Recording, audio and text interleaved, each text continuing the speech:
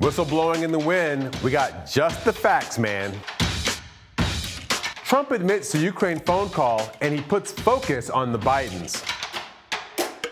Another big foreign controversy, what's a Congress to do? I'm Jamal Simmons and this is why you should care.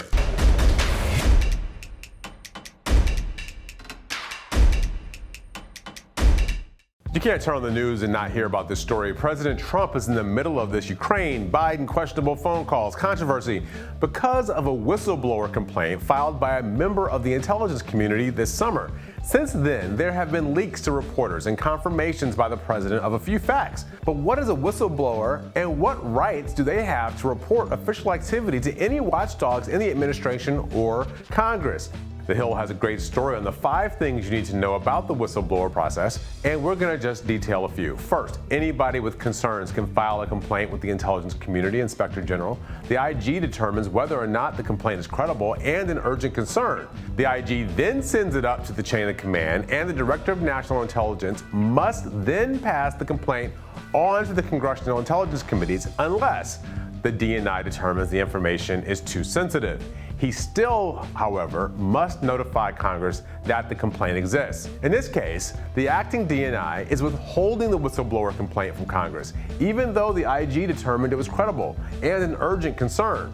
So what's his reason? The DNI says the act is not triggered because the alleged offense in question was not committed by a member of the intelligence community. So can we infer they don't think presidential actions are covered by the Whistleblower Act?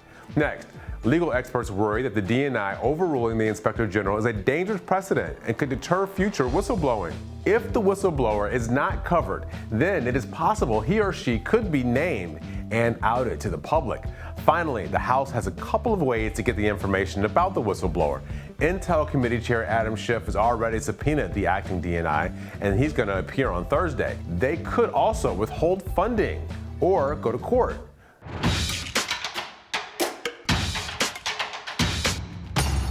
So now that we know all there is to know about whistleblower complaints, here's the latest on the current complaint against President Trump. This thing is moving fast, so everybody hold on. Based on reports from several news outlets, on July 25th, President Donald Trump and Ukrainian President Vladimir Zelensky had a phone conversation in which the president asked Zelensky to investigate former Vice President Joe Biden and his son Hunter Biden. Not once, not twice, but apparently he asked him 8 times. The president is raising questions about Hunter Biden's work with a natural gas company owned by a Ukrainian business leader and whether or not Vice President Biden intervened in an investigation to help his son. President Trump has admitted that he raised these questions, but he says it was because he was worried about corruption and he still wants to see an investigation of the Bidens.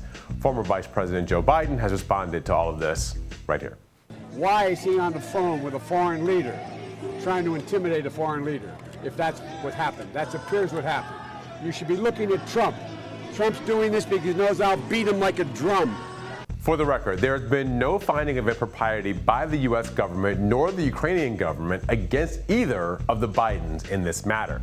Fast forward to last week when it was reported that a member of the intelligence community filed a whistleblower complaint against President Trump concerning his communications with Ukraine. And that complaint has not yet been forwarded to Congress. We'll get into how Democrats and Republicans are reacting to this later, but first, there's a new report that adds even more to the mix. According to the Washington Post, the Associated Press, and the New York Times, President Trump ordered staff members to freeze nearly $400 million in aid to Ukraine just days before his call with the Ukrainian president on July 25th. The timing of this new revelation is raising additional questions about the president's motivation and the use of presidential power. So much more to know.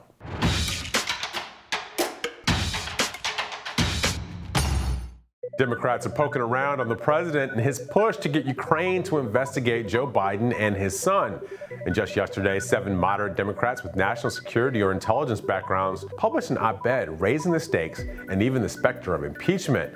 All this activity has U.S. House Speaker Nancy Pelosi reportedly canvassing her members and committee chairs to see how the Democrats should proceed. Speaker Pelosi is reportedly set to announce an impeachment inquiry later this afternoon.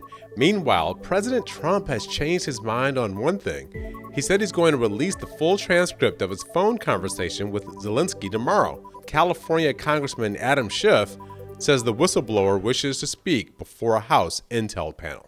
Until now, Pelosi has been cautious when it comes to impeachment proceedings, but her calculus, it might be changing. At least 150 House Democrats now support an impeachment inquiry. And as for the Republicans, several, like Lindsey Graham, have urged the president to unveil more details of his conversation with Ukrainian President Vladimir Zelensky. Senator Mitt Romney tweeted yesterday that if the president asked or pressured Ukraine's president to investigate his political rival, it would be troubling in the extreme, critical for the facts to come out. Majority Leader Mitch McConnell asked fellow Republican senators to work in a bipartisan fashion as they wait for more details. He also said the Senate Intelligence Committee chairman is trying to bring in the administration's Intelligence Community Inspector General, who received the whistleblower complaint. Republican House members have been mostly silent. So why should you care about all of this? There are vital principles at stake. The intel community watches out for America, but it only works if someone watches them. Without oversight, the U.S. could wind up with a rogue intelligence community that goes back 40 years to when we had coups and assassinations and domestic operations, things that the Church Committee put out of business. Should the president be able to use official government policy to entice a foreign government into helping his political campaign? That's one of the questions on the table. Should the administration pass on whistleblower complaints to Congress without impediment? Does Congress have oversight of the president, short of impeachment? These are all important questions that go to the very heart of American democracy. Thanks for watching Hill TV on YouTube. Be sure to click subscribe and hit the bell so you know when we post new videos. And head to thehill.com for all the latest political news.